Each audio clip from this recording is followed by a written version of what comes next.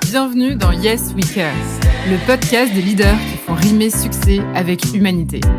Je m'appelle Faustine Durier et j'ai une conviction, l'entreprise de demain est celle qui valorise l'intelligence du cœur au même titre que la performance du chiffre. C'est ce qui m'a poussé à créer Humanside pour proposer des conférences et des formations qui mettent l'intelligence émotionnelle au service du management. Dans ce podcast, je vous emmène à la rencontre de dirigeants qui ont fait le pari du care. L'objectif, vous inspirer, vous donner envie de vous lancer et vous montrer par l'exemple que ce n'est pas parce que les choses sont difficiles que nous n'osons pas.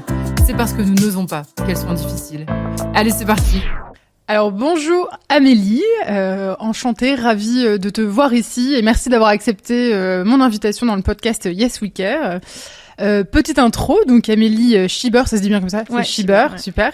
Donc tu es la cofondatrice et dirigeante de Time avec 2 I, qui est un logiciel qui révolutionne le secteur de la comptabilité et de la gestion d'entreprise depuis 2015. Tu as tu connais une évolution impressionnante, enfin pas toi mais Time, hein. Donc 100% de croissance par an quand même, hein, depuis 4 ans, avec plus de 2000 experts comptables qui l'utilisent pour simplifier la production comptable, et aussi 200 000 entrepreneurs qui se fient à la plateforme pour gérer leurs affaires. Mais ce que j'aime bien, c'est que dans ta présentation LinkedIn aussi, ce que tu dis, c'est en off en fait, ce dont je suis le plus fière, c'est aussi mon équipe, une équipe passionnée de plus de 250 personnes, qui est orientée, qui est animée aussi par une culture d'entreprise libérée. Donc j'ai hâte que tu me racontes tout ça.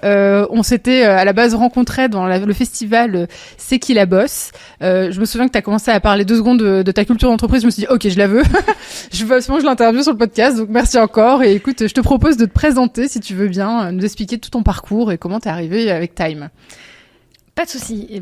Bonjour Faustine et merci pour l'invitation. Je suis ravie d'être là. Donc je vais essayer de me présenter. Déjà, tu as dit pas mal de choses. Donc effectivement, je suis présidente et cofondatrice de Time. On est 6 cofondateurs. On a cofondé cette boîte en 2015. Et effectivement, on a commencé à commercialiser vraiment cette solution depuis 2020. Time, c'est en fait une boîte qui a destination des entrepreneurs et de leurs experts comptables, pour, comme tu l'as dit, simplifier leur vie administrative. En gros, l'objectif, c'est en quelques clics pouvoir faire la gestion de tes factures, de ta paperasse, de tes notes de frais, de tout ce qui a trait à l'administratif et à la fiscalité de ta boîte. C'est directement connecté à ton expert comptable, donc ça permet de communiquer plus facilement et d'échanger et ça te simplifie la vie. On commercialise aussi un compte pro pour les entrepreneurs, donc c'est l'équivalent d'un compte bancaire, en gros, avec un petit peu moins de fonctionnalités qu'une banque traditionnelle puisqu'on n'est pas une banque. Et ça, c'est un produit sur lequel on met l'accent à l'heure actuelle. Donc voilà pour Time, les grandes lignes. Et effectivement, depuis maintenant bientôt 5 ans, mais 4 ans, on commercialise et on a une forte croissance. On vend nos produits aux experts comptables qui eux-mêmes déploient leurs solutions à leurs clients, coup entrepreneurs. Et alors explique-nous, parce que j'avais vu donc sur ton profil que dans un premier temps tu as travaillé donc chez expertcomptable.com et ensuite je vois la création de Time. Je me suis dit mais alors comment elle a fait? Magie. Non, effectivement, en fait, à la base, Time, c'était, alors ça s'appelait pas comme ça et ça avait pas du tout cette même tête parce que j'ai commencé à bosser moi en 2009 chez l'expertcomptable.com et c'était commercialisé juste pour les clients de ce cabinet-là qui est un cabinet d'expertise comptable comme son nom l'indique et donc c'était réservé aux clients de l'expertcomptable.com et c'était d'ailleurs il y avait un dev et un graphiste en fait qui était internalisé dans le cabinet et qui avait créé cet outil-là en fait. C'était un des leviers de la croissance extraordinaire que connaissait l'expertcomptable.com à l'époque et que connaît encore maintenant d'ailleurs cette marque de cabinet d'expertise comptable, ce cabinet. Et en fait, en 2015, justement, on s'est dit la tech, c'est vraiment l'avenir. Et dans la compta tech, il n'y avait pas encore énormément d'acteurs comme il y en a maintenant un peu plus. Et donc, on s'est dit, si on veut investir, si on veut miser sur ce segment-là qui a l'air d'être quand même assez porteur, il faut qu'on scinde les activités. On ne peut pas juste se cantonner à la croissance, aussi forte soit-elle, de l'expertcomptable.com. C'est sûr que c'est un métier, quoi. C'est un métier, et puis en plus, c'est des sujets différents. T'as l'expertise comptable et t'as vraiment l'outil, même s'il est au service des experts comptables et de leurs clients, c'est vraiment 2 sujets différents. Donc en fait, c'est vraiment un spin-off en fait de ce cabinet et on a décidé avec quelques anciens de l'expertcomptable.com de créer Time à ce moment-là. Ok, mais alors du coup, juste, donc il y a ce constat qui se fait. Toi, t'es à la base commerciale ? Ouais, moi je suis commerciale chez l'expertcomptable.com. Je suis en charge de toute la partie de croissance qui était incroyable. Enfin, c'était mon premier job. Je suis arrivée, on était 8. Je suis partie, on était déjà, je sais pas combien. L'objectif, c'était, de signer énormément de clients, de les satisfaire, de les accompagner sur la partie expertise comptable. On a ouvert plein de villes en France. Enfin, voilà, moi, j'ai eu un parcours en quelques années assez incroyable. Et donc, c'était aussi mettre cette expérience en cabinet au service de Time, puisque l'idée, c'était quand même de continuer de commercialiser auprès des experts comptables et des entrepreneurs. Donc, une fois que tu connais quand même un peu le milieu de l'entrepreneuriat et le milieu du cabinet d'expertise comptable, c'est quand même plus simple pour vendre ensuite des outils que tu as toi-même utilisés. Oui, bien sûr. Après, de commercial à entrepreneur, tu vois, il y a quand même un monde. Oui. Donc, est-ce que c'est toi qui as proposé, tu vois, de rejoindre cette aventure-là ? Enfin, c'était une opportunité, en fait, puisque je suis arrivée au lancement de l'expertcomptable.com. Ouais. Donc, j'étais salariée, mais c'était limite comme si j'avais été moi-même un peu dans la création de cette marque et de cette boîte. Donc, en fait, c'était clairement une opportunité qu'on a eue à ce moment-là. Et on est 6 cofondateurs chez Time, dont la plupart étaient déjà chez l'expertcomptable.com. Et donc, en fait, ça se passait très bien. On était très complémentaires. Donc, en fait, on s'est dit, partons avec cette team de 6. Et voilà, enfin, ça s'est fait un peu comme ça, quoi. Et alors, du coup, vous avez mis beaucoup de temps à développer le produit. C'est vrai que ça détonne un peu avec ce qu'on nous apprend sur les startups. Tu fais ton MVP. Bon, après, vous aviez déjà fait votre preuve de concept, on va dire, mais... Oui, parce qu'en fait, on a quand même clairement pris notre temps parce qu'on n'était pas ultra pressé, on n'avait pas de concurrents existants vraiment sur le marché. Et en fait, il a fallu tout redévelopper, financer à la hauteur de nos moyens. Donc, on n'allait pas trop vite puisqu'on n'a pas levé de fonds. Donc, et en parallèle, on continuait de servir notre client historique qui était l'expertcomptable.com et d'autres cabinets qui sont des cabinets qui sont aussi en lien avec l'expertcomptable.com. Donc, on avait un petit réseau de cabinets clients, un noyau dur de clients. Donc, on a pris notre temps pour vraiment redévelopper le produit de A à Z, en étant en mobile first, en étant dans des technos qui n'étaient pas celles qu'on avait à l'époque, enfin qui étaient des technos novatrices, enfin plus modernes, on va dire. Et donc c'est pour ça qu'en fait on n'a vraiment pas axé sur la commercialisation, mais vraiment sur le produit pendant toutes ces années. Enfin, et vos premiers clients qui bêta-testaient, tout ça. Exactement. En fait, je dis ça, mais c'est vrai que ça ressemble à une croissance organique finalement. Ça, oui, complètement. Avec du service à côté. Enfin, c'est vraiment. Tout à fait. Là, c'était vraiment. Et après, on s'est dit bon, là maintenant que notre produit arrive à une certaine maturité, on peut le commercialiser. Okay. Il a fait ses preuves, il est prêt, donc allons-y. Et donc en 2019-2020, on a commencé à tâter le terrain chez d'autres experts comptables, à participer au congrès de l'ordre des experts comptables, qui est un peu la grand-messe des experts comptables, le rendez-vous incontournable quand tu bosses avec des experts comptables, t'as pas le choix que d'être là, et vraiment de tester aussi notre discours commercial, nos offres commerciales, puisque c'est des choses qu'on n'avait pas forcément non plus vraiment abordé par le passé, quoi. D'accord. Et donc toi, pendant ce temps-là, donc t'es très produit ou tu continues en parallèle Je suis pas du tout produit. Ouais, d'accord. tu fais toujours un peu de commercial à côté. Ouais. Et t'as pas trop, enfin, tu suis de loin, on va dire, les développements. Et puis tout d'un coup, on te dit pouf, ça y est, c'est. Ouais. Après, il a fallu monter une petite équipe de commercial, de commerciaux, pardon, une petite équipe commerciale du coup, de tout redesigner le marketing aussi. Donc on n'était pas nombreux. Enfin, je veux dire, au début, j'avais un commercial et Max, qui est cofondateur avec moi en marketing. Enfin, on faisait tout seul, quoi. Donc, il fallait être un peu partout, il fallait organiser les salons. Enfin, bref, c'est vrai qu'au début, il n'y avait pas grand-chose à faire. C'était plutôt reprendre les feedbacks des clients historiques, on va dire. Après, ça s'est un peu corsé. Et puis, très vite après, on s'est dit, bon, là, il faut qu'on investisse fort. Donc, on va recruter davantage. Oui, non, parce qu'on parle quand même de 300 personnes aujourd'hui. Maintenant, c'est quasiment 300 personnes. Là, en septembre, on était 250. On a eu pas mal de recrutements depuis, à la rentrée là de septembre, et du coup là j'ai pas le chiffre exact parce que ça change tout le temps. Mais c'est fou, en fait, ça s'est jamais arrêté en gros. Non, après c'est sûr que en 2015 on n'était pas nombreux, mais très vite on a quand même investi sur la tech, très vite on a investi sur l'IA aussi, donc toute une équipe de doctorants, de data scientists, etc. Donc c'est vrai que tout de suite ça te met du monde en fait, et même aujourd'hui dans les 250-300 personnes, c'est quasiment 2/3 de tech, 2/3 de tech et de produits. Évidemment, oui, c'est un logiciel avant tout. Et 1/3 d'équipe commerciale, relations clients, marketing, voilà, c'est... Et alors juste l'IA, c'est pourquoi ? C'est à quel niveau ? l'IA, en fait, c'est intégré dans l'outil.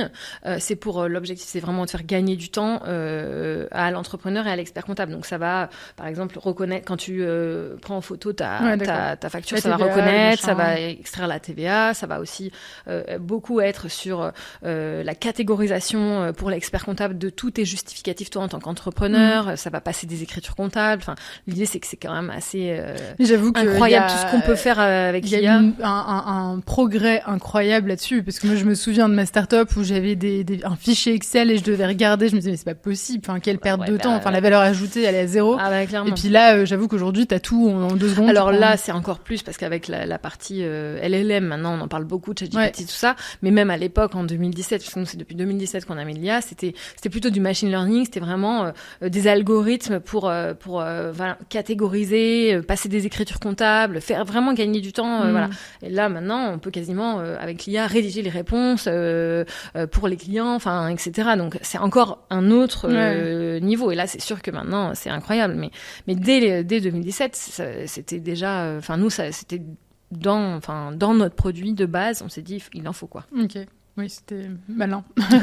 Donc, toi, comment ça s'est passé, cette évolution, justement, le fait de commencer à devoir commencer à un petit peu recruter ta première équipe de dev, de commerciaux. Enfin, tu commences petit à petit à prendre cette casquette, finalement, de dirigeante.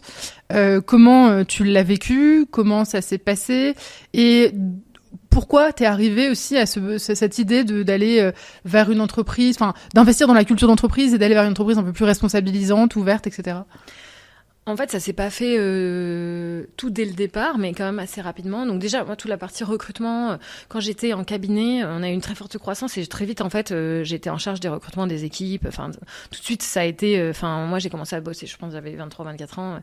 L'année d'après, j'avais déjà une équipe de 15 personnes. Enfin, c'était incroyable, cette croissance. Donc, en fait, c'était pas quelque chose qui... Enfin, voilà, j'adore ça. Donc, c'était assez... je le faisais assez avec plaisir et du coup, c'était plutôt chouette. Donc, quand je me suis retrouvée le côté time, du coup... enfin voilà, ça faisait partie du taf, donc c'était cool. Et puis en fait, le faire pour soi, c'est encore plus cool, quoi. Donc ça, c'était plutôt fluide. Et puis sur la culture d'entreprise, en fait, c'est plusieurs raisons, mais une des principales raisons, c'était que en fait, à ce moment-là, donc on est en 2015, 2017, 2018, recruter des devs ou des data scientists, enfin c'était la guerre, quoi. Ouais, c'était la guerre des recrutements. Et nous, encore une fois, on n'a pas levé de fonds, donc on n'avait pas non plus des moyens de dingo.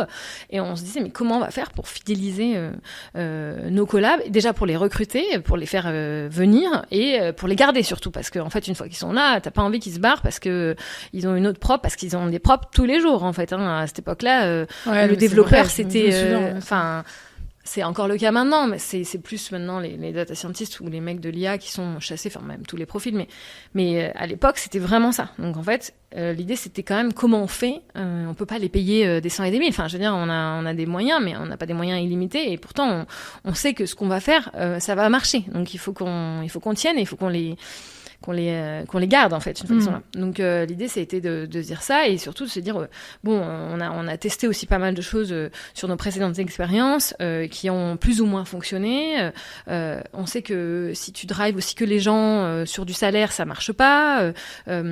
Si tu mets pas le collaborateur au centre du truc, ça va pas marcher. Enfin, ça marche qu'un temps en fait. Donc du coup.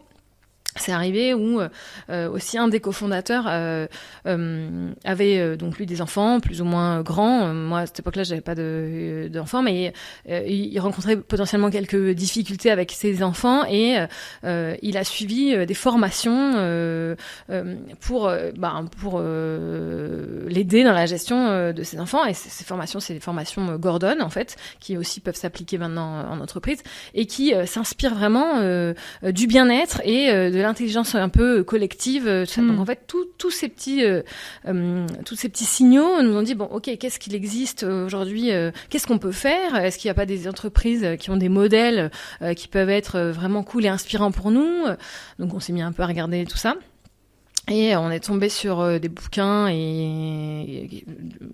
Isaac Gates d'ailleurs, qui est donc le père fondateur, on va dire, voilà, qui a écrit des bouquins et notamment le bouquin sur l'entreprise libérée. Et en fait, on se dit, en fait, on veut pas faire exactement ce qu'il a dit, mais c'est exactement ce vers quoi on veut tendre quelque part. Une bouffée d'air dedans, quoi, en disant c'est possible. C'est possible. Il se passe un truc. Allons-y, testons des trucs en fait. Et à l'époque, on n'était pas ultra nombreux comme on est aujourd'hui, et on s'est dit en fait, on va tester et on va le faire tout de suite. Enfin, je veux dire, on va casser un petit peu la dynamique qu'on a actuellement. Enfin, casser. On va la modifier, revoir, la retravailler. Et on va tester ça. Donc ça s'est pas fait, on n'est pas arrivé à la culture qu'on a aujourd'hui. Elle a pas toujours existé en fait. Ça a été des étapes et même cette culture aujourd'hui encore, elle évolue en fait avec les contraintes, le marché, l'écosystème, les besoins de chacun, le confinement. Enfin bon, bref, il y a eu plein de choses entre temps. Donc on a pu faire évoluer et on fait toujours évoluer cette culture-là. Alors je suis complètement convaincue aussi de ton constat sur le fait que finalement la culture d'entreprise ça devient un levier, presque le seul levier qu'on peut avoir quand on est dans un marché hyper concurrentiel et qu'on souhaite débaucher les meilleurs aussi. Enfin, en tout cas, attirer les meilleurs. Et qu'est-ce qui, justement, séduisait des développeurs qui étaient ultra demandés quand vous leur présentiez Time, justement ? Alors d'une part, déjà le projet, nous c'était super important. En fait, c'était pas quelque chose sur lequel on a beaucoup communiqué et qu'on communique assez peu maintenant. Bon, maintenant un peu plus, mais c'est pas quelque chose sur lequel on communiquait vraiment. C'est-à-dire que c'était pas on disait pas on est une entreprise libérée, venez nous voir, non. C'était plutôt déjà on cherche des profils, des compétences entre guillemets, et on cherche aussi avant tout qu'ils adhèrent au projet auquel on croit, c'est-à-dire simplifier la vie des entrepreneurs, faciliter l'accès à l'entrepreneuriat par des outils, faciliter la vie de leur expert comptable, etc. Donc c'était déjà adhérer à ce projet qui était déjà canon. Et une fois qu'ils ont adhéré, on leur présente dans le chemin du recrutement, le cheminement du recrutement, on leur présentait notre façon de faire. Et là, ils étaient soit ils adorent, soit ils sont un peu perturbés et j'ai creusé, etc. Mais c'était pas quelque chose qu'on a vraiment foncièrement mis en avant pour recruter. Mais c'est aussi parce qu'après on tenait nos promesses que les gens restaient. En fait, ils voyaient que ça avait un vrai intérêt. Après, cette culture de boîte, je te réexpliquerai, je pense, un peu dans le détail en quoi ça consiste, vraiment, mais elle est pas faite vraiment pour tout le monde parce qu'il y a des profils qui peuvent être assez perturbés quand on te dit que t'es très autonome, que t'as pas de chef, que c'est à toi de construire un peu ton cadre. Il y a des gens, ils sont complètement perdus en fait. S'ils peuvent pas avoir leur plan de carrière avec l'évolution senior 1, senior 2, senior 3, manager machin, etc. Sur les 4 ou 5 prochaines années qui arrivent là, ils sont perdus. Donc ça convient pas forcément à tout le monde. Ouais, bien sûr. Et alors justement, est-ce que tu peux nous en dire plus sur cette organisation du travail, ce que vous proposez de différenciant et d'innovant ? Ouais, carrément. Alors, à l'issue de toutes ces années de tests de trucs, en fait, et donc bien depuis 2017, en fait, on a construit notre culture sur 5 piliers principalement, qui mettent donc le collaborateur au cœur de la boîte en se disant il faut que lui il soit heureux, il soit bien dans la boîte, et ensuite tout va bien se passer. Les 5 piliers, en fait, c'est axé sur vraiment beaucoup de flexibilité. Donc en fait, de la flexibilité sur tes horaires de travail, tu bosses un peu, comme ça t'arrange en gros. Sur tes absences aussi, on n'a pas de compteur de congé en fait, on n'a pas de compteur de congé. D'accord. Sur ton lieu de travail, tu bosses d'où tu veux en réalité. Donc pour le télétravail, je parle de 2017 maintenant évidemment le télétravail c'est vraiment clair. Pas de hiérarchie, donc on n'a pas de chef. Et une flexibilité aussi sur les salaires où c'est toi qui choisis effectivement ton salaire. Donc ça, c'est les grands principes qu'on a mis en place et sur lesquels on a essayé de mettre un cadre et de faire rentrer les gens dans ce cadre, mais qui donc bénéficient d'une certaine flexibilité tout en restant dans le cadre. Et l'idée donc derrière ces 5 piliers, c'est que chaque décision, quelle qu'elle soit en fait, et qu'elle soit prise par les collaborateurs, il y a 3 parties à respecter. La première partie, c'est le collaborateur en tant que tel. Il faut que lui soit heureux et que quand, il fasse quelque chose, ça lui convienne. Il y a l'entreprise aussi. On ne peut pas remettre en cause par ses actions la pérennité de la boîte. Et ça, c'est une question, par exemple, quand on dit ah oui, il choisit son salaire, mais comment c'est possible ? Il va, en fait, si tout le monde s'augmente de 50% d'un mois sur l'autre, en fait, nous, on a un petit problème pour payer les salaires à la fin du mois, quoi. Donc c'est juste, donc c'est du bon sens.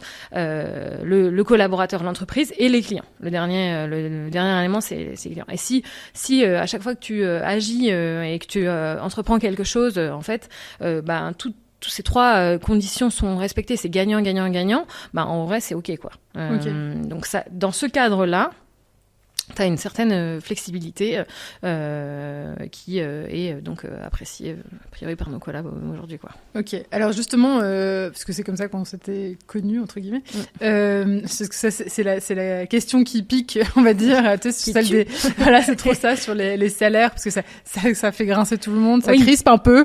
Donc là aujourd'hui, donc tu dis que tout le monde peut un peu s'augmenter comme il le souhaite. J'imagine que chacun a la vision sur les chiffres de l'entreprise au quotidien Pas spécialement.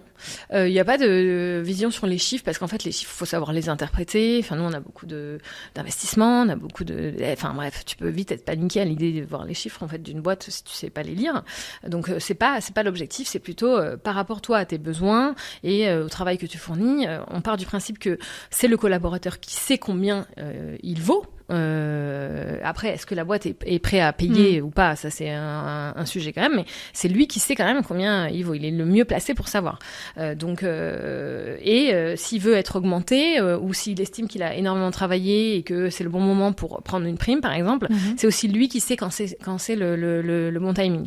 Donc, l'idée, c'est plutôt de se dire, ça vient de l'initiative du collaborateur en tant que tel, la règle, en fait, c'est d'être coopté par quelqu'un d'autre dans la boîte qui est capable quand même, et qui agit en responsabilité, parce que derrière ça, quand même, il faut que les gens soient responsables, et donc qui est capable de te dire oui ou non.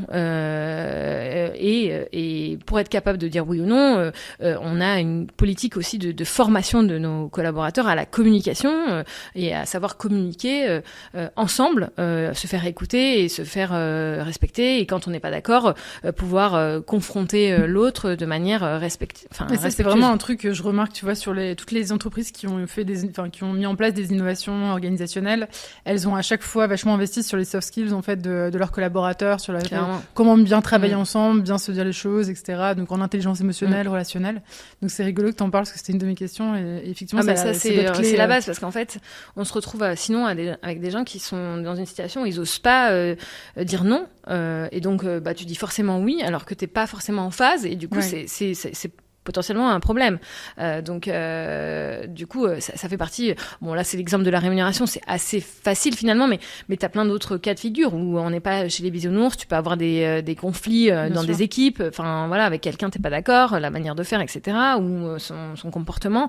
Et c'est comment je résous cette problématique, en fait. Et ça, c'est basé... Enfin, nous, les formations sur lesquelles on a énormément investi, c'est inspiré de la formation Gordon, en fait. Oui, ça a été le déclic. D'accord.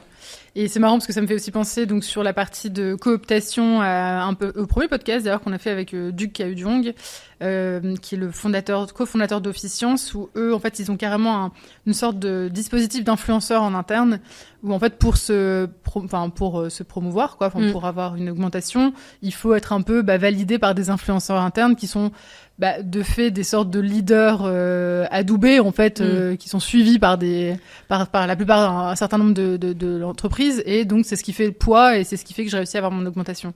Vous, comment ça fonctionne, on va dire très concrètement, si je veux m'augmenter? En fait, très concrètement, comment ça fonctionne, mais c'est un peu exactement ce que tu dis, c'est-à-dire qu'il y a aussi nous des leaders, donc il n'y a pas de chef comme je te disais, mais il y a quand même des leaders qui émergent, qui sont suivis par les équipes. Ouais. Nous, on fonctionne par squad, donc en fait, les squads ont des leaders qui sont effectivement adoubés par la squad en tant que telle, en fait, si tu veux. Et généralement, c'est pas tout le temps le cas, mais en l'occurrence, c'est souvent le cas, c'est que toi, tu t'orientes, tu veux t'augmenter, tu vas voir ton leader, en fait, ou la personne qui est ta personne de référence dans la boîte, qui connaît ton travail, qui connaît ton évolution, et à un instant T, qui est capable de juger.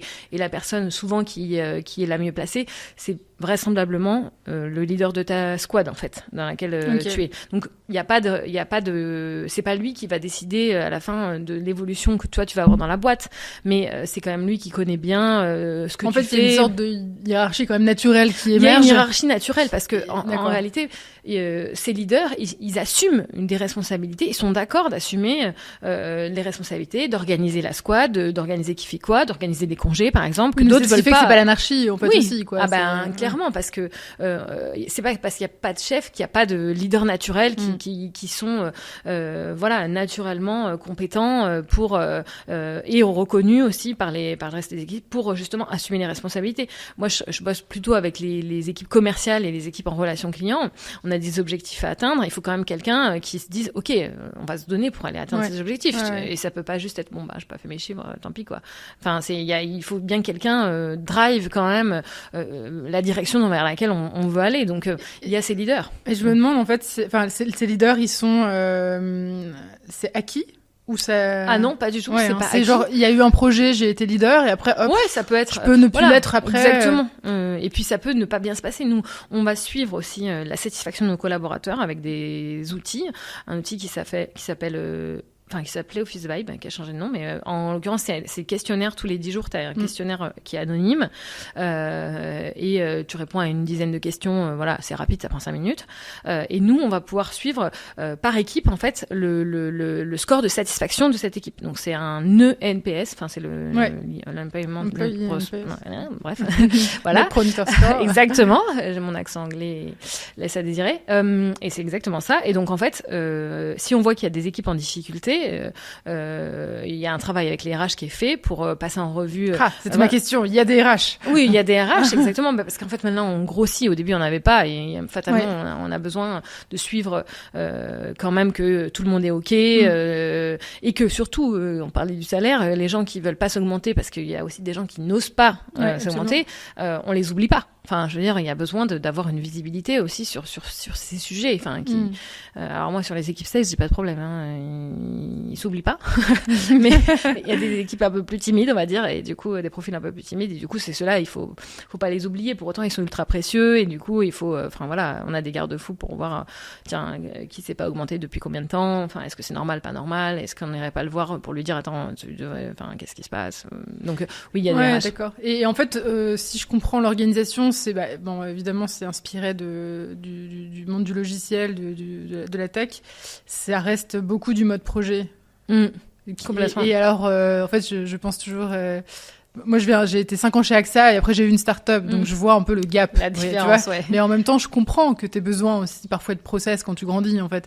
Et tu vois, je pensais à tes RH, quand tu fais ton INPS, quand t'as des équipes qui, ont une durée de vie de 10 mois, c'est pas évident, en fait, à suivre, tu vois. Ah non, oui, c'est ça le problème. Oui, il y a un vrai sujet de... T'as pas d'organigramme. Après, il y a pas d'organigramme, ça bouge beaucoup, l'organisation est revue assez régulièrement. Donc c'est vrai que t'as du mal à potentiellement suivre. Après, on reste une boîte aujourd'hui où encore 250, 300 personnes, t'arrives à connaître tout le monde, malgré tout. Et encore plus quand t'es RH, parce qu'en fait, quand t'es RH, t'arrives dans la boîte, tu rencontres forcément les RH parce qu'on t'explique un peu la culture d'entreprise, comment ça va se passer de manière très pratico-pratique. T'as des entretiens, entre guillemets, après X mois chez nous, enfin, au cours de ta période d'essai. Donc, tu connais, et les RH connaissent tout le monde. Donc, et donc, par exemple, moi, je connais tout le monde dans la boîte. Enfin, alors, peut-être pas les derniers devs arrivés parce que je travaille pas directement avec eux, mais j'arrive quand même encore à cette taille-là à connaître l'ensemble des personnes, et en tout cas les personnes avec qui je suis en interaction, c'est-à-dire sur la partie plutôt commerciale ou relation client, c'est clair et net que je connais tout le monde. Oui, donc, d'ailleurs, j'ai remarqué que tu faisais toutes les semaines, je crois, un post pour présenter, mettre en lumière tous les mois. Encore même, c'est déjà ça, parce que je me dis, franchement, je lisais ton post chronophage. Oui, et puis en plus, je trouvais ça génial comme idée, en fait, de mettre en avant, tu vois, une personne, parce que c'est déjà hyper valorisant pour la personne, mais en plus, tu fais vraiment le taf la personne, t'as vraiment un truc hyper personnalisé. Tu vois, c'est un compliment, tu vois, j'étais dans le compliment avant. Enfin, c'est vraiment un compliment, tu vois, que tu donnes à la personne et qui est public, donc il y a un impact de dingue, quoi. C'est ultra sincère, enfin, pour les 3 ou 4 que j'ai déjà fait, là, et donc bon, en plus, c'est des nanas, parce que j'aime bien mettre en avant le fait que même dans une boîte tech, on a quand même des nanas à bord, même si on n'a pas la parité encore, malheureusement. Compliqué, mais du coup, ouais, c'est vraiment important pour moi. De toute façon, ça passe aussi par ça, et je trouve que c'est une de nos forces, c'est vraiment d'être quand même proche des gens, et il y a quand même si aujourd'hui on grossit, il y a une dimension de boîte un peu familiale en fait. On a justement organisé l'entreprise en squad, des squads de 10 personnes où du coup la communication elle est beaucoup plus facile à 10 que sur des équipes de 30, 40, 50, 80 personnes en fait. Ouais. Donc évidemment dans les 10 tu peux avoir des interactions quotidiennes avec chacune des 10 personnes en fait. Et ça change aussi chose parce que tu as vraiment l'impression d'appartenir à une squad. Et donc évidemment avec cette INPS, s'il y a des squads qui vont moins bien que d'autres, on arrive à le voir. Quand ça change trop souvent, c'est vrai que c'est plus délicat, mais on a quand même une stabilité malgré tout. L'organisation, elle est pas revue de fond en comble tous les 3 mois. C'est vraiment au rythme du produit finalement. Exactement. Et ce qui est aussi intéressant, c'est que tout ça se fait avec des locaux un peu partout. Oui. C'est que en fait, tu parles beaucoup de proximité. Effectivement, tu dis on se connaît tous, plus ou moins. En tout cas, toi, tu réussis à connaître tout le monde, alors qu'en fait, toi, t'es entre Bordeaux, Paris, Lyon. Exactement. Alors moi, j'ai effectivement déménagé à Bordeaux l'année dernière, mais majoritairement, en fait, on a 3 sites principaux. On a Paris, Épinal et Metz et Nancy, qui sont nos sites historiques sur lesquels on a le plus de personnes. Mais après, en fait, nous, aujourd'hui, on peut pas tous rentrer dans les bureaux, ça marche pas. Si tout le monde venait au bureau, mais c'est même pas une nécessité parce qu'il y a énormément de télétravail, des roulements, des gens qui viennent plus, des gens qui viennent moins. La règle unique pour le lieu de travail, c'est 1 jour minimum en télétravail par semaine et 1 jour minimum au bureau par semaine. Donc voilà. Donc ça, c'est le cadre. Après, chacun fait comme il veut. Il y a des gens qui font 4 jours de télétravail, il y a des gens qui font 4 jours en présentiel. Bref, chacun fait comme il l'entend. Et où se met d'accord aussi avec son équipe en fait. Il y a des règles que les équipes se sont mis en mode on vient tous les mardis au bureau, comme ça on passe un moment ensemble. Chacun... en fait c'est les squads qui s'organisent entre eux. Les squads sont complètement autonomes là-dessus à partir du moment où ils respectent le cadre en fait. Ok. Et il y a des gens aussi qui sont en remote complètement, donc forcément eux ils viennent pas au bureau parce qu'ils ont été embauchés par exemple à Toulouse, on n'a pas de bureau donc ils vont pas se taper les allers-retours tous les jours, voire même toutes les semaines, c'était pas le deal. Donc en gros quoi qu'il arrive, il y a forcément, souvent des gens qui sont pas sur le site, et les équipes même qu'elles soient au bureau à Paris ou à Metz, dans tous les cas tu peux te retrouver dans une équipe où une partie de ton équipe elle est à Metz, une partie elle est à Paris. Forcément de toute façon t'as des gens qui sont pas ensemble. Vous avez quand même résisté à l'après-Covid parce que tu vois trop une vague où tout le monde revient en arrière. Oui, là, tout le monde revient. Ah non, ouais. En fait, ça, et on a fait des sondages. C'est très drôle que tu en parles parce qu'on a fait un sondage il y a pas si longtemps, genre en juin. De savoir est-ce que un retour si on demandait de revenir un peu au bureau plus qu'on mettait plutôt 2 jours de présentiel au bureau ou 3 parce que on a vu qu'il y avait cette tendance là et que ça pouvait peut-être être intéressant à étudier, et ils nous ont dit no go quoi. Ils nous ont dit on fait ça, on se casse quoi. C'est pas exactement ça, mais c'est donc, après est-ce qu'il y a pas une disparité entre les profils, même sur la partie organisationnelle et oui, c'est-à-dire que tu vois les fonctions support, commercial versus les squads. D'ailleurs les techs qui sont en squad. Les techs ils sont en squad, ils sont en squad parce qu'ils travaillent pas sur le même produit et où c'est pas une même équipe quand tu bosses en front ou en que t'es sur les applis ou sur l'outil pour les experts comptables, c'est pas exactement les mêmes choses. Donc oui, tout le monde est en squad et tout le monde n'a pas les mêmes habitudes. Effectivement, sur les fonctions commerciales, relations clients, il y a plus de présentiel au bureau, c'est d'une manière générale, mais on n'a même pas calculé en fait. Si tu veux, en squad, en commercial, en support. Ah ouais. Alors du coup, comment ça marche ? C'est par objectif ? C'est quoi ? C'est par exemple sur la partie commercialisation aux experts comptables, on a un squad par taille de cabinet, si tu veux, de la taille du client. Donc en gros, t'as un segment pour les très gros cabinets, un segment pour les cabinets moyens, un segment pour les et c'est des squads en fait. Mais alors donc avec ils ont des profils différents, c'est-à-dire qu'avec moi j'aurais un expert comptable, je suis commercial, j'ai ou j'ai que des commerciaux avec moi. Non, en fait, je suis si t'es dans une squad, par exemple la squad qui traite les cabinets qui viennent de se créer, donc les plus petits cabinets, on va dire, d'expertise comptable, t'as des commerciaux, t'as des account managers, qu'on appelle partenaires success, qui accompagnent en fait, qui forment les cabinets, etc. T'as des gens du support, t'as toute une partie, les différentes fonctions dans une squad en fait. D'accord, ok.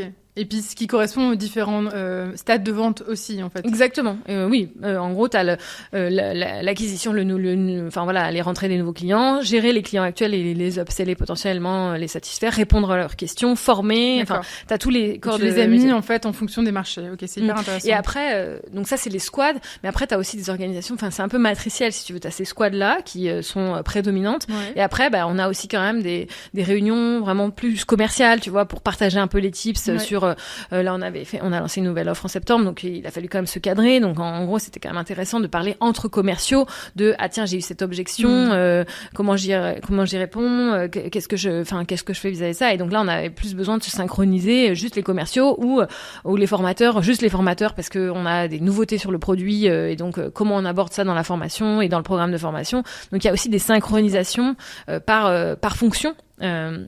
Donc c'est matriciel, mais ce qui prédomine quand même, c'est ta squad, toi, ton appartenance. Avant de dire que t'es commercial, t'appartiens. Enfin, quand t'es en interne, t'appartiens à ta squad en fait. D'accord. Ouais, tu vois, c'est pas la norme. Hein.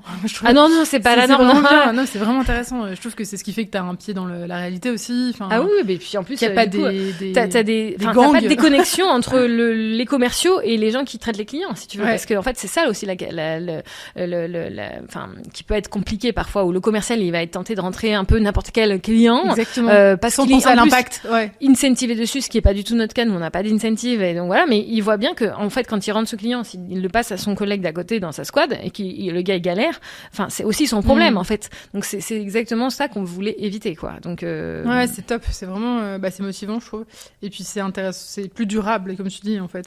Et t'as parlé d'incentive, donc j'ai envie de revenir sur la rémunération. Il y a des objectifs collectifs, individuels. Ouais, on a des objectifs de squad du coup. D'accord, ok, donc c'est en squad. Par exemple, moi, je vais fixer le cap en fait des grands objectifs de l'année. On fonctionne en quadrimestre en fait. Je vais fixer un cadre pour les quadrimestres, les 3 quadrimestres de l'année qui arrivent. Là, par exemple, là, on va être en plein dedans là. Et chaque squad va essayer de travailler ses propres objectifs et moi avec l'aide d'une ou deux personnes qui travaillent en transverse sur l'ensemble des squads, on va concaténer ça, voir si c'est cohérent par rapport à d'où part la squad et ce qu'on avait nous imaginé. Si quand on additionne l'ensemble des objectifs des squads, ça donne l'objectif global, on s'ajuste, etc. Et du coup effectivement chacune des squads ensuite on fixe des objectifs. Mais c'est vraiment un travail d'aller-retour et du coup la squad s'approprie l'objectif. Donc ça, c'est comment on détermine un peu les objectifs. Et après, donc, il n'y a pas forcément d'objectifs individuels, mais il y a des profils qui sont complémentaires, en fait, dans les squads. Chacun sait à peu près ce qu'il doit faire. Les gens qui sont commerciaux, s'ils rentrent pas les nouveaux clients, on va avoir du mal à faire quand même les objectifs. Et on n'est pas drivé juste par la conquête. On va être drivé par aussi le déploiement, la satisfaction des clients. Donc, en fait, il y a 4-5 grands KPI par squad et qui tout le monde est concerné par l'ensemble de ces KPI en fait. Même si la personne qui traite les questions au support ne va pas rentrer elle-même les nouveaux clients, c'est quand même elle connaît forcément où est-ce qu'on en est dans sa squad sur ce type d'objectif quoi. OK. Et ça c'est pareil, ça c'est un truc qui revient souvent je trouve sur les innovations les organisations qui sont innovantes sur ces sujets, c'est le fait d'avoir des objectifs collectifs à chaque fois et d'abandonner les objectifs individuels. Exactement, il y en a plus des objectifs individuels. Voilà. Après, on sait que par exemple sur les profils plus commerciaux, c'est à eux de se débrouiller pour s'organiser. Mais en fait, on veut pas mettre d'objectifs individuels forcément. Pourquoi ? Parce que si on prend le profil commercial que tout le monde connaît, un sales, en fait, voilà, il a souvent une part de son salaire qui est variable. L'objectif, c'est qu'il fasse ses chiffres.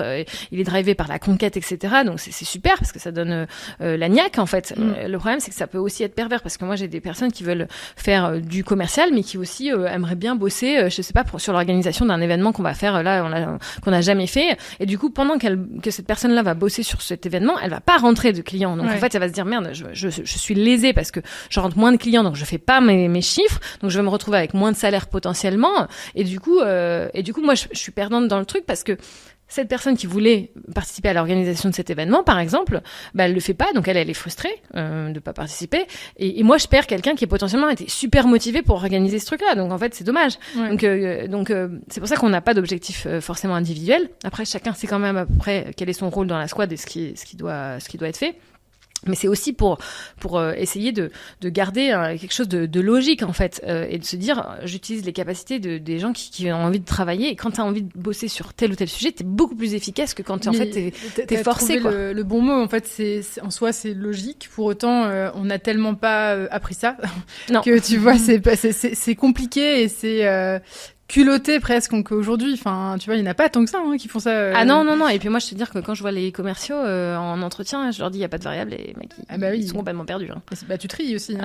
Ah oui, tu tries. Après t'expliques, ils comprennent parce que finalement en fait dans leur package, eux ils intègrent une partie fixe, une partie variable généralement quand ils arrivent, et je leur dis bon en fait l'idée c'est combien tu estimes que tu vaux, enfin tout confondu moi, et du coup forcément ils ont des fixes qui sont beaucoup plus élevés que ce qui se fait sur le marché, enfin et résultat des courses ils sont aussi gagnants quelque part parce que t'as un salaire qui est assuré. Ouais, c'est clair. Et alors j'avais une question aussi pour les salaires, pardon, mais c'est ce qui intéresse tout le monde à chaque fois. Oui, c'est un vrai sujet. Est-ce que vous faites la transparence des salaires aussi ou pas? Non. Parce que c'était un peu, tu vois, j'aime pas du tout faire l'avocat du diable sur ces sujets, c'est l'enfer. Les gens qui veulent toujours penser tout ce qui n'irait pas, etc. Je trouve qu'au contraire, c'est génial, faut valoriser ce genre d'innovation et d'initiative. Mais, enfin voilà, en fait, je me posais la question parce que tu, l'as évoqué aussi. Je pense qu'il y a des personnes qui sabotent entre guillemets, qui vont pas savoir se valoriser, et donc c'est génial, c'est déjà vos RH regardent, mais en fait, peut-être que de voir aussi les salaires des autres, après, ça me permet, nous, on prône pas la transparence dans le sens où il n'y a pas de transparence, enfin, il n'y a pas de grille salariale où tout le monde voit tous les salaires de tout le monde, parce que c'est aussi difficile de prendre l'historique de chacun, enfin, bref, d'avoir une lecture de ce genre de grille, je trouve, avec, enfin, voilà, qui peut être une personne qui arrive avec un historique, enfin, c'est pas juste, il a 10 ans de carrière et c'est tout, en fait, il y a tout un tas, il a peut-être bossé avec nous avant, il a peut-être eu une galère perso qui fait qu'il a, enfin, bon, bref, le salaire, c'est pas juste un chiffre, en fait. Donc pour moi, on n'a pas de transparence totale. En revanche, dans les équipes, ils se connaissent tous leur salaire. Ouais, ils se parlent. Alors là, mais il n'y a pas de sujet. Et enfin, je sais pas d'ailleurs comment c'est possible mais c'est vraiment le sujet où tout le monde, enfin, à peu près, tout le monde connaît les salaires de tout le monde. Enfin, un peu de choses près. Ou en tout cas, les gens avec qui tu te compares, quoi. Ouais, bien sûr. Bon, ça reste plutôt sain, je trouve. Mais c'est normal, enfin, je veux dire, oui. Et puis, en fait, on a des systèmes de promo chez nous, où les gens, ils arrivent, ensemble. On aime bien grouper les arrivées des différentes personnes. Et donc, tout de suite, ça crée aussi une alchimie avec ces personnes-là, et qui restent potentiellement sur le moyen long terme, et donc ils deviennent potes, ils se mettent en couple parfois, enfin bon, voilà, c'est des trucs incroyables. Ils font des gosses, enfin bon, bref, on a plein d'histoires comme ça, mais et du coup bon, bah t'as un cercle en fait de quasiment d'amis, enfin je veux dire, tous tes collègues sont pas tes potes, mais et donc forcément la parole est assez libérée sur ces questions. C'est ce qui fait qu'ils restent. Oui. C'est alors vaut mieux pas que les couples se séparent, le lien, enfin tout simplement la qualité des relations au travail, c'est le premier levier d'engagement et de fidélisation. Donc effectivement, c'est ce que ça, on revient à ce sujet de culture qui fait que on vous démarquez et vous réussissez à tirer grâce à ça, quoi. Et c'est pas si simple parce que comme on parlait de retour au bureau, parfois quand t'as trop de télétravail, t'as des périodes où vraiment les gens ils ont du mal à revenir au bureau, etc. Et tu te dis en fait, tu perds un peu ce truc-là. Ouais. Mais typiquement, là, on a eu justement des vagues d'arrivée en septembre. Donc forcément, on demande aux gens aussi de revenir pour former les nouveaux. Et ils ont besoin d'être en présentiel. Quand t'es au début, t'as besoin de voir les gens. C'est quand même plus efficace, et c'est plus sympa. Et donc là, enfin, tu vois, septembre, c'est revenu. Enfin, c'est des cycles, quoi. Ouais, bien sûr. Et je trouve que si la difficulté quand on porte ce genre d'innovation, c'est de pas rétro-pédaler, entre guillemets, quand on a un cas qui a foiré, entre guillemets. Ah oui. Tu vois, parce qu'il y a toujours une personne qui va abuser, mais sur les 300, en fait, et on va revenir à zéro parce que justement, il y en a une qui a... tu vas réguler par le bas, en fait. Et c'est parfois le risque, en fait, sur ce genre de sujet, c'est que quand on libère les salaires, t'as un risque, en fait, que les gens abusent. Et donc, on a eu des périodes où on a dit, on capte les augmentations parce que 1 ou 2, 3, 4 personnes avaient vraiment déconné.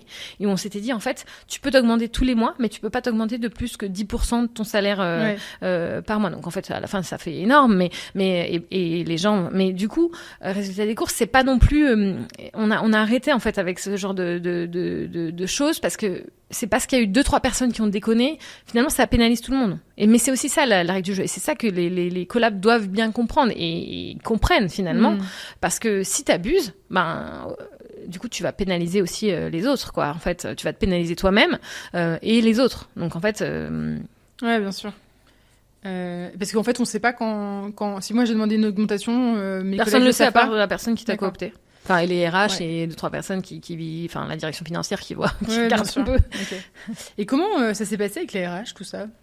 C'est-à-dire? Je dis ça parce qu'en fait, je pense qu'elles n'ont pas été formées à la base pour non. ça. Non. Donc c'est plutôt nouveau et c'est même dans leurs expériences passées, elles n'ont jamais dû voir ça. Mais en fait, c'était des RH qui ont grandi avec nous. C'est Ouais. des personnes qu'on a recrutées en sortie d'école et qui ont appris comme nous on a appris en fait sur le truc. Donc si tu veux, maintenant c'est des experts de la culture d'entreprise et l'entreprise libérée, mais ça n'était pas. On les a formées, elles ont passé des niveaux de certification, de formation pour elles-mêmes être formateurs. D'accord. Donc c'est des choses, voilà, elles apprennent avec nous. Enfin c'est très féminin, je dis elles parce qu'il y a que des femmes en RH, c'est souvent le cas. Ouais. Et en l'occurrence, on avait un alternant, mais il n'est plus là. Il a fini son alternance. Donc on a que des nanas et elles ont appris avec nous en fait. Et c'est aussi ça qui est cool, c'est qu'on a construit vraiment. C'est pas un modèle de RH, enfin qu'on peut. D'ailleurs, j'ai pas de référence en fait. Moi, j'ai jamais eu de RH dans mon expérience. Donc, j'ai à part celle qu'on a créée. Donc, et je vois en discutant avec des amis ou enfin voilà, un peu à quoi ça peut ressembler, mais c'est vraiment sur mesure fait pour notre boîte quoi. Okay. Donc voilà, il y a pas de, enfin elles ont créé voilà toute la mise en place du calcul de l'ENPS dont on parlait, tout le suivi des collaborateurs, tout les chartes, etc. Enfin la culture de l'entreprise, la diffuser, les formations, tout ça c'est des choses qui ont été mises en place aussi parce qu'on avait décidé que ça allait être cool et que du coup elles ont pris les sujets. Enfin c'était aussi un projet RH en fait. Ouais, ouais. Et comment, enfin parce qu'effectivement tu nous as raconté que c'est un de tes cofondateurs qui a eu un peu un déclic. Ça a été simple pour les autres cofondateurs de suivre le mouvement. Pas pour tous. Parce que tu vois, il faut quand même lâcher prise. Hein. Enfin, ah ouais, clairement, ouais. Faut lâcher prise. Faut clairement lâcher prise, oui. Après, quand tu lis, quand tu te documentes, tu vois bien l'intérêt du truc. Tu as aussi des exemples de boîtes, en fait, de tout type de boîtes. Hein. Ça va être des réseaux d'infirmiers qui ont mis ça en place. Ça va être des boîtes industrielles assez conséquentes. Enfin bref, tu as plein d'exemples divers et variés dans plein de secteurs d'activité et que c'est des succès en fait. Hein, et que tu as des boîtes qui étaient à l'agonie et qui, par le biais de cette culture de boîte, enfin d'entreprise, ça repart. Enfin c'est incroyable. Donc c'est pas toujours comme ça, mais donc en fait tu te dis ok ça peut vraiment être cool et même tu commences à te dire mais moi c'est vraiment aussi ça que j'aimerais, c'est-à-dire que je veux ça, je veux avoir de la liberté, je veux pas qu'on me fasse chier si j'ai un rendez-vous chez le médecin à 15h30 et qu'on me dise attends tu prends ton après-midi ou quoi pour aller chez le médecin, enfin je veux dire ou ton gosse il est malade, j'ai envie qu'on me dise qu'on me foute la paix parce que je dois aller chercher mon gamin et qu'on sait que t'arrives pas dans la boîte en posant ton cerveau en disant ça y est je suis dans l'entreprise, je ne pense plus à ma vie privée ou tout ça c'est confondu. Donc en fait on était quand même assez convaincus du truc assez rapidement. Il y en a qui étaient plus sceptiques quand on a dit les salaires on les libère, il y a pas de chef, waouh c'était mais ça fait partie clairement du truc. Mais c'est là où tu vois aussi l'importance du recrutement. Je pense d'avoir les bonnes personnes. Ouais. T'as des personnes qui sont parties en cours de route, justement On a des personnes qui sont parties en cours de route. Alors, on n'a pas des personnes qui sont parties forcément pour ça, mais t'as forcément des départs, voilà. On a surtout des personnes, en fait, qui partent pendant leur période d'essai parce qu'elles comprennent que ça leur convient pas. Enfin, et c'est souvent réciproque, en fait, si tu veux. C'est que tu vois que la personne, elle est perdue. Enfin... elle s'adapte pas et du coup ça colle pas, donc c'est plutôt normal, surtout qu'on a des process de recrutement très courts, enfin on fait 1 ou 2 entretiens max et puis après on teste en fait en gros, et ça fit pas quoi, mais donc on a plutôt des personnes qui partent en cours de période d'essai on va dire, et sur des personnes qui sont parties à cause de ça, on en a quelques-unes qui sont parties. On a eu aussi à l'époque quand on a vraiment mis en place le truc, ça a été assez en décembre 2017 on leur a dit les mecs c'était beaucoup de mecs, c'était beaucoup de tech. On leur a dit, bon, en fait, voilà ce qui va se passer. Il n'y a plus de chef, les salaires, vous choisissez votre salaire. Tous les mois, vous allez choisir votre salaire. On n'avait pas forcément... on a dit, vous bossez d'où vous voulez. Enfin, on avait des grandes lignes, mais tout n'était pas bien cadré comme maintenant. Et c'était assez brutal. C'était du jour au lendemain. Donc, les mecs qui étaient managers à l'époque, leaders, enfin, qui étaient pas, on n'appelait pas ça des leaders, mais qui étaient les chefs, en fait, ils étaient perdus. Les mecs étaient complètement perdus, quoi. Donc, il a fallu les accompagner. On a même un cas où en gros l'équipe s'est réunie sans le chef en disant bah c'est bon nous on veut plus de lui en chef, parce que tu te dis en gros, moi je pensais que lui il était bon en chef, mais en gros son équipe l'a pas suivi. Donc c'est là aussi que tu te rends compte de la puissance du collectif, quoi. Ouais. Non, c'est intéressant. Je pense que effectivement, comme tu dis, ça a dû être un peu brutal et pas simple. Mais ça permet de révéler pas mal de choses. Et puis, au final, vous avez appris en marchant. Je trouve que t'as un côté très pragmatique où t'avances, tu t'ajustes et donc j'ai l'impression que ça roule, quoi, ça coule en fait. Alors je pense que c'est très compliqué. Ouais, tu passes par des trucs, des phases un peu incroyables, mais c'est aussi ça qui te fait avancer. On a rajouté des cadres au fur et à mesure. Enfin voilà, quand on s'est dit merde, il faut vraiment qu'on forme les gens à la communication. Au début, on n'y avait pas pensé. Enfin, je veux dire, c'était pas. Ça vient au fur et à mesure. Voilà, c'est venu au fur et à mesure et voilà, t'apprends effectivement et tu fais évoluer en fonction de ce qui se passe, quoi. Et c'était à partir du moment où les gens ils étaient quand même dans un état d'esprit. On partait pas d'une hiérarchie de dingue avec 15 000 strates et ou une pyramide des salaires. Enfin, on partait pas de ça. Hein. On partait d'une culture et d'une orga assez flat. Vous aviez aussi plein de nouveaux qui arrivaient. Enfin, voilà. Du coup, si tu veux, c'était pas. Enfin, la révolution, elle était pas. Enfin, c'était pas. On partait pas d'un truc ultra tradi non. Donc finalement, c'était quand même plus simple, vraisemblablement. Et alors toi, donc comme on disait, t'as appris sur le tas. T'avais jamais eu de formation en amont sur le management, le leadership. Non. Comment Enfin, peut-être que c'est grâce à tes cofondateurs aussi, vous apprenez mutuellement. Clairement. Deux des cofondateurs, c'est les gens qui m'avaient recruté sur l'expertcomptable.com. Ça a été quand même aussi des mentors pour moi et j'ai énormément appris avec cette expérience sur le cabinet finalement. Donc oui, t'apprends. Puis après, de toute façon, tu te trouves aussi en responsabilité vis-à-vis des gens que toi tu recrutes. Enfin, tu t'apprends en marchant en fait, hein. Et après t'as aussi une appétence ou pas sur ce genre de choses. Moi j'adore en fait, j'adore l'humain. Enfin je veux dire, j'adore l'humain. Oui, j'adore faire grandir les gens en fait. Ça a été mais franchement mes plus grandes satisfactions. Enfin, et c'est pas quand je vois les gens qui ont évolué ou qui sont encore chez l'expertcomptable.com mais que j'avais recruté moi à l'époque et qui sont encore là et qui drivent le truc maintenant. Enfin c'est génial. J'adore voir ce genre de trucs et ça je le savais pas évidemment à 24 ans et plus tu grandis, plus aussi tu connais tes forces et tes faiblesses et tu les travailles en fait. Non, c'est fou. En fait, t'as quand même pris petit à petit ce rôle autour de la culture, de la RH, qui s'est fait naturellement, quoi, en fait. Oui, parce que c'était un sujet que j'aime bien et je pense que c'est aussi une des qualités que j'avais et donc ça s'est fait quand même assez naturellement sur ces questions-là, ouais. Donc, parce que comment vous avez fait pour 6 cofondateurs, tu vois? Alors j'ai bien compris que tout le monde était opérationnel, donc on est plutôt 3 d'être vraiment dans l'entreprise, mais après on a des profils clairement différents. Il y a Maxime qui est complètement market, créatif, etc. D'accord. Donc lui, il a pris cette partie-là. Bon, moi j'étais plus commerce, sales, accompagnement client, et on a Grégoire qui lui est plutôt direction financière et clairement produit. Enfin c'est donc en fait le truc était assez simple et puis on se connaissait.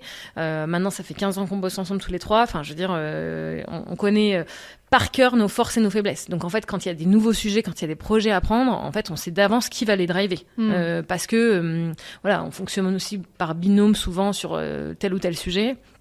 Et aussi parce qu'on a recruté des gens qui sont meilleurs que nous dans certains domaines. Parce que quand t'as fait ces 3-4 domaines, t'as pas l'intégralité des sujets d'une boîte, mais et donc tu recrutes des experts dans certains domaines, tu recrutes des mecs qui sont meilleurs que toi sur telle ou telle chose. Enfin, je sens de toute façon beaucoup de confiance dans ce que vous faites en général envers les autres. Ça, je pense. Et même envers vous-même, quoi, pour essayer de nouvelles choses. Alors envers nous-mêmes, parfois on y va comme ça, on teste, mais envers les autres et je pense que ça fait partie du truc. Pour moi, si tu fais pas confiance aux gens, enfin dans la boîte, aux collaborateurs, enfin t'y arrives pas en fait. Ça marche pas. Je pense que ça c'est la base. Et donc là, vous continuez à recruter. Enfin, est-ce que vous vous mettez une limite?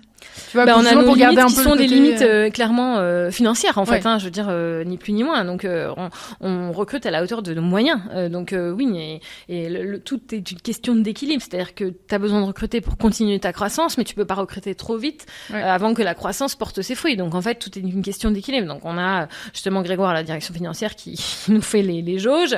Et après on adapte, on priorise aussi entre des recrutements tech pour avancer sur la roadmap produit, des recrutements plutôt commerciaux, plutôt market. Enfin, bon. Ok. Parce qu'en plus, vous êtes vraiment dans un secteur hyper concurrentiel. Ah oui, oui, c'est, avec des gens qui ont été qui ont levé beaucoup de fonds. Je veux dire, c'est impressionnant. Et en fait, je trouve qu'il faut valoriser aussi nos startups françaises, tu vois, qui se sont faites aussi par elles-mêmes. Je me demandais un peu comment tu voyais, toi, la suite, le développement de Time avec ces éléments-là, justement. C'est vrai qu'on est dans un secteur ultra concurrentiel et sur lequel en fait on rivalise mais avec nos propres moyens. En fait, nous on n'a pas la prétention de prendre tout le marché et on se fixe des ambitions. On a des ambitions assez fortes. Enfin, je veux dire, on a vraiment envie de simplifier la vie des entrepreneurs, de compter dans ce marché-là, enfin de prendre notre part dans ce marché. Mais on est aussi très conscient des moyens qu'on a. C'est-à-dire que nous on fonctionne, on est autofinancé. Enfin, je veux dire, on va chercher du financement comme n'importe quelle boîte, de l'emprunt, des choses comme ça. Mais on n'a pas levé de fonds et donc on essaye par notre rentabilité, par le fait d'avoir déjà des clients qui nous suivent, qui sont fidèles, de leur demander de nous recommander, etc. Enfin, c'est quelque chose où on est assez des merdes en fait finalement. Et quand t'as pas des moyens illimités, tu trouves des astuces. T'es créatif aussi. Et ça fait partie du truc. Donc oui, il faut aussi accepter que tu peux aller moins vite et recruter moins que ton concurrent, par exemple. Mais c'est le jeu, en fait. Ça veut pas dire que tu feras pas des grandes choses. Mais c'est vrai que c'est un peu frustrant parfois. Et en France, et sur le petit milieu de la start-up, quand tu lèves pas de fonds, t'es quasiment invisible, en fait. Parce que tu passes pas dans les échos, quoi. Enfin, c'est quand même dommage parce que mais c'est une visibilité qui ramène du business, en fait. Donc, c'est ça qui est dommage. Oui, c'est ça, parce qu'en fait, nous, en réalité, on a déjà une boîte qui est rentable, qui fait beaucoup de croissance. C'est ça qu'on devrait mettre en avant, quoi. Et du coup, c'est ça qui est parfois frustrant, en fait. Ça tend un tout petit peu à changer, surtout que là, les levées de fonds, ces 2-3 dernières années, c'était quand même un peu moins oui, puis deux n'étaient pas rentables commencent aussi à mettre la clé sous la porte, en fait. Et il y a eu, et nous, on a aussi récupéré des profils de gens qui ne voulaient plus bosser chez des boîtes qui ont levé des fonds et qui se sont fait mettre dehors du jour au lendemain et où la culture était trop drivée par la conquête à tout prix, et justement à n'importe quel prix en fait. Ça nous laisse... C'est des arguments qui parlent à certaines personnes parfois et nous en tout cas on est quand même fiers de pouvoir maîtriser notre stratégie, nos prix, de pouvoir décider d'aller ou pas sur tel ou tel projet. On peut pas tout faire, on est obligé de prioriser parce qu'on n'a pas les moyens de tout faire, parce qu'on a 1000 idées évidemment, mais on est encore maître et ça change tout. Ça change tout. Déjà de pouvoir mettre l'accent sur la culture comme vous faites actuellement. Exactement, oui, parce que ça, je pense que quand il y aura des fonds... Je pense que tu arrives devant un fonds en disant je vais faire une entreprise. Il n'y a pas d'incentive chez les sales, c'est ça. Okay. Non, mais c'est exactement ça, c'est hyper intéressant. Enfin, en tout cas, bravo. Moi, je me posais, j'ai des petites questions de la fin. Est-ce que tu pourrais nous partager le pire conseil qu'on t'ait donné dans cette justement ascension fulgurante chez Time, pas forcément en interne, mais non, mais on m'a donné plein de conseils. On m'a dit n'y va pas, arrête parce que justement t'as pas levé de fonds, donc ça a été, tu t'auras pas les moyens, donc n'y va pas, ou remets l'incentive si j'étais sales. Ça fait partie des conseils qu'on me donne quasiment tous les jours. Je veux dire, j'exagère maintenant, les gens ont compris, mais ça, pour moi, c'est pas un des pires conseils, mais c'est vraiment pas comprendre comment nous on fonctionne et c'est à l'encontre de tout ce qu'on veut, mettre en place. Donc ça, tu vois, c'est ce que je voulais dire par la confiance. C'était pas le bon mot, mais vous êtes solide en fait. Moi, j'aime bien en fait parce que vous revenez pas sur ça. Ah oui, non, mais je trouve qu'il y a tellement. Alors, c'est peut-être français d'ailleurs de revenir sur les trucs qu'on a dit. C'était en ce moment avec le budget, mais en gros, je trouve que tu vois, c'est de se dire non, chez nous c'est ça, et tu vois, on se tient, même si c'est pas la norme, ça te défrise, mais en fait chez nous c'est comme ça, tu vois. Ouais, alors là-dessus, on est très convaincus que c'est très bon pour nous et que c'est bon pour les collaborateurs qui sont chez nous. Après, il y a plein de sujets sur lesquels on n'est pas du tout sûr de nous et on teste plein de trucs, on revient en arrière. En fait, il y a, genre sur notre grille tarifaire, sur des produits, sur des choses. Mais sur ça, vraiment le truc. Moi, je suis convaincue que sans ça, on n'en serait pas là. J'en suis persuadée. Et donc après, c'est des convictions. Donc oui. Ouais, c'est top. C'est hyper intéressant. Et donc. Forcément, le meilleur conseil qu'on t'ait donné. Le meilleur conseil qu'on ait donné, c'est de recruter meilleur que moi. recruter meilleur que moi parce que parfois ça peut faire peur, surtout quand alors ça c'est un conseil qu'on m'a donné quand j'étais vraiment plus jeune, bon, non pas que je sois vieille hein, mais n'aie pas peur de recruter des gens qui ont l'air plus qualifiés, qui ont l'air meilleurs que toi, et ça franchement c'est un des meilleurs conseils qu'on m'ait donné parce qu'en fait ces personnes que tu recrutes, ils te font grandir, tu te nourris aussi d'eux et au début tu peux justement manquer de confiance en toi pour dire bah non je recrute pas un chef un peu toxique va se dire je recrute que des mecs un peu moins bons comme s'ils vont pas prendre ma place. Là c'est vraiment se dire non en fait c'est bon pour la boîte. Ouais, en plus j'ai envie de dire c'est très vrai dans une hiérarchie classique tu vois de petits chefs, mais en fait quand t'es sur des leaders des machins autant tu vas grandir, tu vas faire exploser justement ta perf collective grâce à lui ou elle. Tu vois, mais c'est pas évident surtout quand t'es jeune et que justement que t'es jeune chef parce qu'à l'époque j'étais quand même chef mais voilà les personnes me poussaient, me disaient vas-y, n'aie pas peur, enfin ça va être que positif et clairement c'est super positif quoi.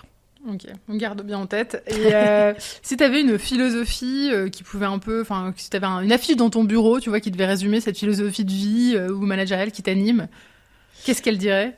Ma philosophie de vie, alors j'ai pas vraiment beaucoup de philosophie de vie. Vous avez une citation, en fait il y a un truc que je dis beaucoup. C'est valable, enfin ça revient un peu sur ce qu'on s'est dit, c'est vaut mieux demander pardon que la permission. C'est qu'il vaut mieux que tu essayes des trucs, en fait, t'oses, etc. Et c'est ce qu'on fait un peu, nous, on essaye des trucs parfois qui sont complètement débiles. Mais si t'attends que tout le monde te valide ton truc, en fait, tu fais jamais rien. Donc, en gros, vaut mieux que tu reviennes en arrière, finalement. Mais au moins, t'auras tenté le truc, t'auras dit, bon, en fait, c'est bon, je sais, mais ça marche pas. Et tu reviens en arrière et t'essayes un autre truc, en fait. Et donc ça fait partie un peu aussi de... C'est pas lié à la culture, mais c'est vraiment aussi une philosophie qu'on essaye d'inculquer dans la boîte. C'est très entrepreneurial, responsabilisant. Enfin, je pense que tu n'aurais jamais pu survivre dans un grand groupe. Là, je crois pas. Non. Je vois, j'ai mon mari qui est à la BNP, tu vois. Enfin, je dis rien contre la BNP, mais je vois ce qu'il fait. Et non, j'y arriverai pas. Ouais, non, c'est pas trop le mood. Ok, top. Est-ce que tu aurais en tête une personne que tu admires, qui est vivante, parce que parfois ça m'aiderait. Que tu admires, voilà, et que je devrais inviter. Et quelle question je devrais lui poser? Ouais, alors j'avais réfléchi à cette question que tu m'avais envoyée et je pensais à quelqu'un que je connais pas très bien, mais que je connais quand même pas mal. Il s'appelle Philippe Négrier. Alors il a eu plein de vies, mais il a surtout écrit un bouquin inspiré donc de ces entreprises heureuses, enfin où les collaborateurs sont heureux. Et du coup, je pensais que ça pouvait avoir quand même un lien avec ton podcast. Son bouquin, ça s'appelle Alchimie magnifique. Et en fait, c'est des interviews de plein de boîtes, dont la nôtre, c'est pour ça que je le connais, où il a interviewé des collaborateurs, des boîtes divers et variées. Hein. Mais je vais avoir tous mes futurs intervenants dans son bouquin. Alors oui, c'est possible. C'est parfait. J'aurais dû te l'amener, tiens, d'ailleurs, le bouquin. Je te l'enverrai. Enfin, je te le donnerai parce que j'ai envoyé des exemplaires au bureau, en plus. Et en fait, donc c'était des boîtes divers et variées. Je te dis, il y a des boîtes de cosmétiques, genre la marque La Rosée, ou des boîtes d'agences de voyage. Et en gros, le concept, c'était vraiment d'interviewer ces collaborateurs. Comment vous faites pour avoir des collaborateurs heureux et d'avoir ce modèle où la boîte réussit et en même temps les gens sont heureux aussi. Donc, et du coup, il a fait un travail de fond vraiment incroyable et je pense que ça pourrait valoir le coup que tu lui poses des questions. Ouais. Bah écoute, je vais le lire et je vais le contacter avec plaisir. En tout cas, merci beaucoup. En tout cas, merci pour tout, Amélie. C'était trop chouette. Écoute, merci tu nous as partagé tes recettes magiques, on va dire, de chez Time. Moi, j'ai trouvé qu'il y avait plein de bonnes pratiques, plein de bon sens et bon, il y a plus qu'à. Hein, ouais, carrément. Mais donc voilà, merci pour tout ça et puis plein de bonnes choses pour vous et surtout, on vous invite tous à télécharger, en tout cas à vous abonner à Time pour votre compta. Exactement. Et voilà, bonne continuation et merci encore. Mais merci à toi pour l'invitation, au plaisir en tout cas. Ciao. Merci pour votre écoute. Si ce podcast vous a plu, s'il vous plaît, laissez un avis sur iTunes et les autres plateformes d'écoute. Partagez cet épisode autour de vous et n'oubliez pas de vous abonner. Je vous dis à très vite dans un prochain épisode de Yes We Care, le podcast des dirigeants qui font rimer succès avec humanité.